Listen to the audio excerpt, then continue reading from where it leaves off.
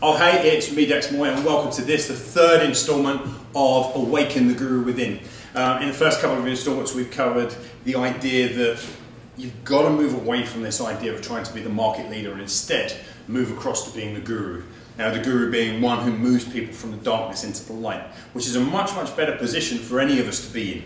Okay, regardless of what your business is. My businesses happen to be related to fitness and health, but yours could be related to anything. The idea is still the same, which is to move away from this mental construct that you have to be the market leader. We've had this rammed into us again and again and again and again. That, you know, if you're not the leader, then you're the follower, and if you're the follower, then you're not really going to do very well in your business. How about you change this around? How about you change it up to the idea that instead of chasing everybody else, you stand still and you make it your business to shine the light on other people's darkness. Now, if you happen to be the only person around holding up a beacon torch and everyone else is in the dark, it's a natural instinct of humankind to actually move toward the light. Okay, people will start to find you. If you're running around all over the place, how are they ever supposed to catch you? Try thinking about it from the perspective of standing still. Now, today I want to talk to you about the idea that there are some really obvious signs that you're not being a guru at the moment and that you've been caught up in this leadership game inside of the leadership loop.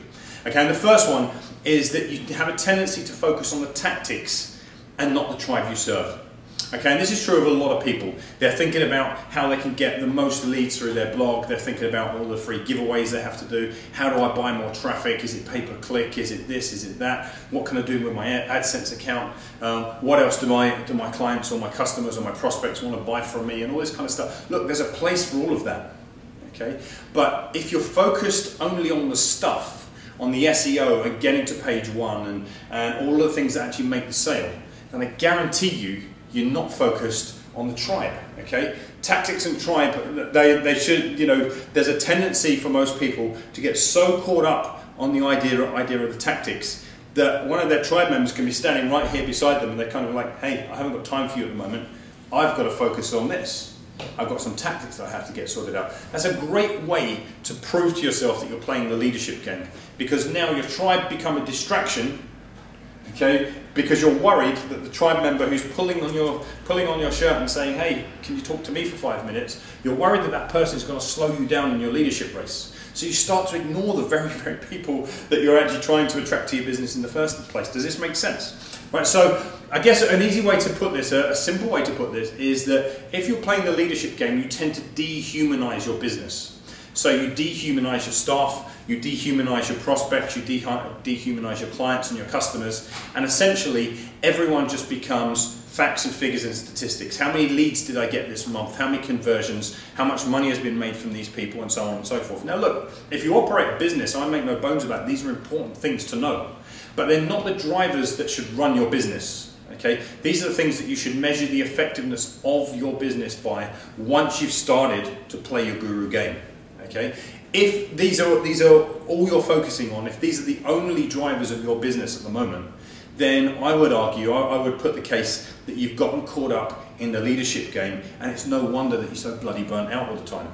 Because as soon as you put yourself into the leadership game, as I said in video 1, right, you're either running and looking back over your shoulder and thinking, oh my God, these guys are catching up on me, I've got to stay ahead.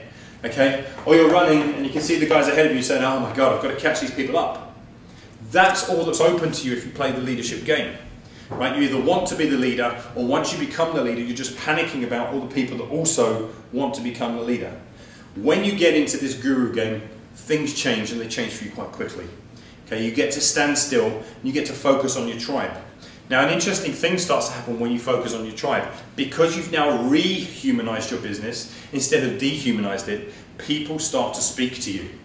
Okay? Not only do they start to speak to you, they want to speak to you. Not only do they want to speak to you, they want to continue the conversation. Okay, so these are clear signs that you yourself are actually operating from that guru place, and you haven't just become a marketer in your business and who's pushing for this leadership model. Okay, because you'll know that you've dehumanized your business when people aren't commenting. You're working your guts out and you're producing YouTube videos and you're producing blog content and you're putting all this stuff up there and you're commenting on Facebook regularly, and someone might, you know, you get a handful of likes and you go, and you might get, hey, that was great, and that's about it. Okay, well, those aren't, I don't really count those kind of things as comments. When I talk about commenting, I mean somebody telling you on your Facebook wall, wow, that really moved me, or wow, that was amazing, or something more than that was good, thanks for the share, or whatever it was. Okay, so you know if you've gotten into this leadership model because people just aren't commenting. There's no real dialogue, and if there is dialogue, there's no real depth. Okay, people aren't actually sharing anything of themselves or telling you, and particularly telling you how your material moved them. I mean, ultimately, look, I believe that all of us are trying to do a damn good job with the businesses and the ideas and the concepts that create. I believe that of all of us. There's nobody out there wakes up any morning of the week and says, hey, do you know what? I want to go out there and earn a whole bunch of money by treating people crappily and selling them crappy products and services. I don't believe that about anyone. Okay? But I believe that we get into that place by default when we start to play the leadership game. When we start to dehumanize the very people that our products and services were originally designed to serve in the first place. So you'll find that as soon as you do that, people stop. Firstly, they're probably not even seeking your help, and maybe those that were seeking your help in the past aren't. I've seen on Facebook a hell of a lot that people generally tend, you'll see maybe someone starts to get popular for whatever, maybe they put up a couple of really good blog posts that got the dialogue going, and it became really obvious really early on that essentially you were saying to the person, hey, come and buy my stuff. Start to move through my sales funnel, please. Okay? And as soon as you start that process without earning the respect and the trust of the person that you're talking to, as soon as you do that, you dehumanize the process, they shut down all communications, and they want to walk in a completely different direction. See, I believe, especially with internet marketing these days, but it goes across everywhere, I believe what we now have to do is work harder on the relationship than ever before. All marketing is essentially communication about the value of a relationship between two or more people. That's all it is, right? Well, it's about relationships, right? So if it's about relationships, where do relationships begin? They begin with basic communication, they begin with basic respect, they begin with people trying to understand whether this person's values are in alignment with this person's, and if they are, they continue that conversation.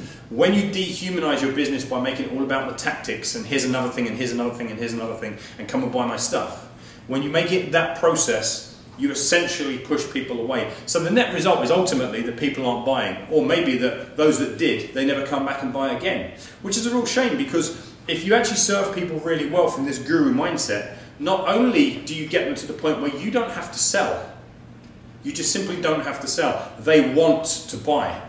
And this has been my experience for quite some time now, that mostly the people that are involved in my tribe, they tell me what they want. Okay, so I might have been creating a whole bunch of content and material that's really engaging. They said, hey Dax, you know what, it'd be really great, a product or a service or something on this particular thing. They tell me, I put it together, and then I have a ready-made market to buy a product that maybe I wasn't even on my radar to make. Don't you think that's a better approach? Don't you think that's a better place to be, where the people that you're serving actually tell you, hey, if you make this thing for me, I will buy it. That's a much better place to be than doing the whole leadership model, where you say, I'm going to make this thing, and now how do I have to engineer it so that people that don't really want it or don't really need it are going to say, oh, well, you've hit a couple of emotional triggers on me, I best buy this thing. Okay, it's a much better place to be. Think about that. Okay, the second thing that kind of, I guess, will indicate to you that you're playing the leadership game rather than the guru game is that you're suffering from what I call scattered action syndrome. Okay, you're kind of running around like a headless chicken. Or as we say over here in England, a blue-ass fly. Okay, you're buzzing around from one thing to the next, to the next, to the next. You're all over the place, and you're never really taking the time to embed your thoughts, your words, your actions, your passion, your purpose into one single thing and get the bloody thing done. Instead, you start on this project, and you notice that one of your competitors over here is kind of sneaking up in your peripheral vision. So you go, oh, well, I bet he's doing a product like that, so maybe I should think about doing a product like that.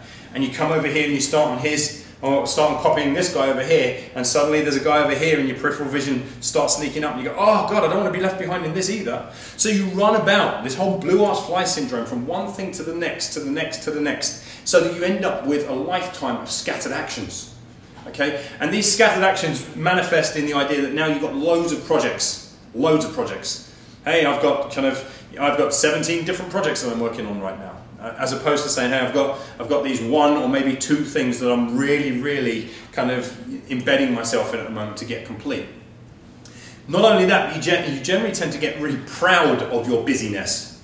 Okay, understand that, proud of your busyness as opposed to proud of your business. And there's a big difference. Okay, people are often proud of their busyness because actually they're able to hold that up like a kind of placard and say, look at me, I'm busy. And I guess they must associate the idea of being busy with the idea of being productive, and the idea of being productive is the idea of being important. Okay, but you're only truly productive if you're finishing stuff. I always like to say at the various seminars and things that I speak at, you only get paid for done. You don't get paid for the stuff you're doing. You don't get paid for all the ideas on your tick list that you're saying, oh, I'm going to do this next, I'm going to do this, or wow, what a day I had today. It was really hard because I'm juggling 17 different projects at the moment. I was having to run about from this to this to this to this to this. You don't get paid for all that stuff. You only get paid for the stuff that gets done.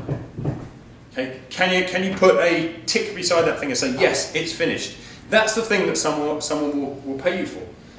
If you're writing a book, and you're writing the best book in the world, one that's going to change the lives of millions and millions of people across the globe, and you're writing this thing and you never ever get it complete, then one, you're never going to change the lives of the millions of people, and two, you're never going to make the money for changing the lives of the millions of people, both of which are important. Okay? So you can talk about, yeah, I've got kind of 16 books that I'm writing at the moment. That's great. Show me the one that got done. Show me the one that got done. If you're suffering from scattered action syndrome, you are proud of your busyness. You've got, you know, tens, even hundreds of things that you're doing, and it's great because you're able to use all of them as an excuse for why you can't finish something. Why? Well, you know, I'd really love to do this thing, and I'd really love to bring that product out, but you know, I'm so busy with this. I'm so busy with that. Okay, scattered action syndrome, blue horse fly syndrome, whatever you want to call it, puts you into this place where you get proud of being distracted. It's a weird paradox, but it's true. Now, you also tend to start to become one of these, I guess, jack of all trades. Okay, you're tinkering, you're doing all of the work in every single area of your business, and you're using that as justification for why you can't propel yourself forward faster. Okay, why you can't get the stuff done, why you can't get your projects completed. You're always using the, I would love to launch this, or I'd love to do that, or I'd love to write this report, or do this for my readers, or for my viewers, or for my tribe, or whatever, but you know, I'm just too busy. Okay, now unfortunately, the whole just too busy thing creates, again, this dehumanizing process for your tribe. Because now you've become just too busy for your tribe, haven't you? Instead of being able to give them a lot of time, and not just breadth of conversation, but how about depth? How about really moving people to the point where they really believe in you, and they really believe that you've got something to offer them to move them forward in their journey of life? How about that? Okay, if you're too busy, you're going to drop in on your post and you're going to do the bare minimum to get by. You dehumanize the process, which makes the whole idea of blogging and posting and videoing and everything else, it makes it farcical, it makes it pointless. Okay. Essentially, with this scattered action syndrome, you are living the life of a plate spinner. Okay, that's all it is. You're spinning plates, spinning plates, spinning plates, spinning plates, all over the place, just panicking in case one drops. Okay, but never getting to the point where you actually get anything complete. Because the trouble with spinning plates is that you've only got two choices. You can either stop and let them drop, okay, or you can strategically say, do you know what, I don't want to spin that plate anymore, I'm going to put that one down. I'm going to put that one down. I'm going to put that one down. Essentially, you get them done. You get them out of the way. You get the plates stopped spinning so you can focus on one thing at a time. That's a much better place to be. Okay, the third sign that you're not playing the guru game and you're stuck in leadership is that you're simply chasing all the freebies. Okay, you're chasing all the freebies as you go through life. And this definitely used to be one of my failings. I was always chasing the freebies. I was signing up for all the free teleseminars and webinars, downloading all the free ebooks. You know, basically, any time there was something that came up that was free, I would take it. Any time that required any form of financial investment from me, I would say, I don't know, and I'd come up with various excuses for not getting into any of the paid stuff, right? Well, look, the great thing about free is that you can take it on and not value any of it. Okay, you can take on this free stuff and go, oh, great, thanks very much. I would love to do something with that, but you know what? I'm already spinning too many plates. I'm already a blue-ass fly. You can be that person, and it's very easy when something is free. When you start to pay for it, when you start to say, you know, I've been involved in mentoring and coaching programs that have cost me $10,000 at a pop, and I've done several of these with different people over the years, right? When you're paying for that, you want to extract your value out of that. You want to get your money's worth back from doing it. Okay? If you're not paying for it, you can see exactly the same information in an ebook or you know, hear it on a teleseminar. Think, that was okay. I mean, you can do exactly the same with this. With this video that I'm producing right now, you go, yeah, that made a lot of sense. And you can go about your merry way because you actually have no real investment in this other than a bit of time. Other than a bit of time of watching me kind of ramble on. Okay, but if I were charging you for this exact same information, I promise you there'd be a much higher likelihood of you taking action. So again, it's an observation I've made that most of the people that are playing the leadership game, because they're spinning so many plates, because they're running so many different races, they're quite happy to pick up the freebie litterings that are all around the marketplace and say, oh, that was an interesting read, throw it aside, that was an interesting read, throw it aside, that was an interesting read, and throw it aside.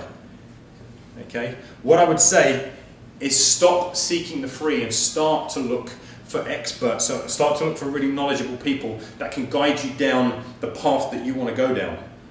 Okay? There are people out there in your market or who can support your market or who can tell you exactly what you need to do in order to actually stop spinning plates or to get a project completed. Is it going to cost you money? Absolutely, and some people are going to be really bloody expensive. Okay? Only you know if it's going to be worth it to see this thing come to life. But what I can tell you is that time is passing anyway. Okay, regardless of what you do, if you say, you know, by the end of this year I'm going to have written a book, and the end of the year comes around, that year still got spent, only you never got anything out of it. It's far better for you to say, you know what, I had to pay this guy 10 grand for book mentoring. And he mentored me through it, but now I've got the book written, and now it's up there on Amazon, and now it's selling copies, and now I'm making my money back, and I can use it as leverage into lots and lots of different areas. Did it cost you money? Absolutely, but the main thing is that you got the bloody thing done. Most people don't get their stuff done because they get caught up in the freebie cycle. Okay? The fourth sign that you're not playing the guru game and are definitely stuck in the leadership game is that you are bloody well lying through your teeth. Okay, you're going through life lying, and not necessarily meaning to, but you're always saying that you're going to do things. This week, next week I'm going to start that. On Monday I'll do this. Do you know what? In the next 2 weeks I'm going to finish that project. Okay, and 2 weeks become 3, 3 weeks become 4, 4 weeks become 2 months, become 3 months, become 4 months. I've met thousands and thousands of people like this across the course of my mentoring career especially, and I've definitely been one of these people, and still at times still get caught up in this. If I allow myself to get caught up in the plate spinning game, there will be projects that go on for ages and ages and ages and ages and ages. But anyone that knows me will tell you that I can also produce prodigious amounts of work in very, very short spaces of time, because ultimately for me, it's about getting the thing done. Okay, is it about that for you? Is it about getting the thing done? If not, you probably, you know, like many people, you're probably getting caught up in this lying game, this saying you're going to do stuff, never really seeing it through, and making lots of excuses. And what's the number one excuse? The number one excuse is, I'm too busy. Okay? So here's how you stop being busy. You stop doing everything and anything that isn't really important to the most important thing in your life right now. What is it that you most want to have an impact for? What is it you know, let's narrow this down to your business at the moment, but this could equally be to do with your relationships, it could equally be to do with your adventures, your education, your finances, any number of things, your health. Okay, but let's narrow it down to business right now.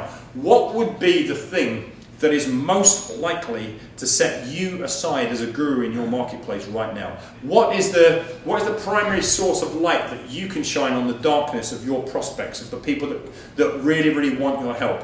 Remember, that G spot is the guru spot then, right? Is the thing that you're best at, the thing that you're most passionate about, and the thing that has the potential to make you the most money. Okay, so it's the crossover of those three things. Well, once you've identified that G-spot, really, or if you're thinking sensibly about this, and if you really want to make a difference to the lives of others, if you really want to make a difference to your own life through, and certainly partly through making more money and being able to just go to places and do things and experience things that maybe you've never been able to experience up to this point. If you really want to do that, how does that happen? Well, it happens by focusing on what matters most.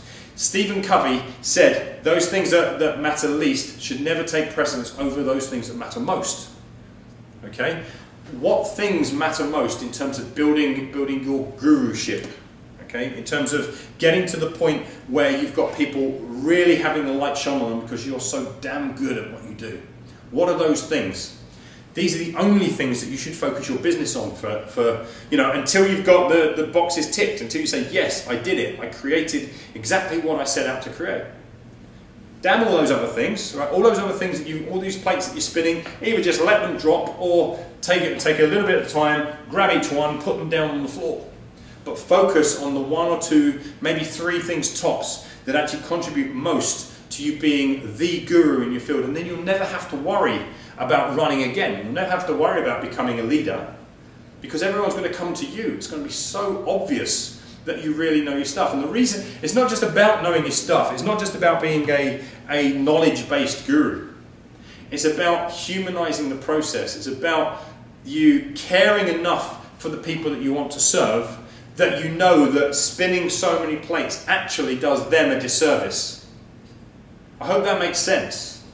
Okay, if all you need to spin is 3 plates, okay, 3 plates to look after your tribe. That's all they need from you, and they want those plates spun really well because that creates a connection with them. But now suddenly you're spinning 15 because of all this other stuff. All that does is it dehumanizes your relationship with your tribe. Your service to them goes down.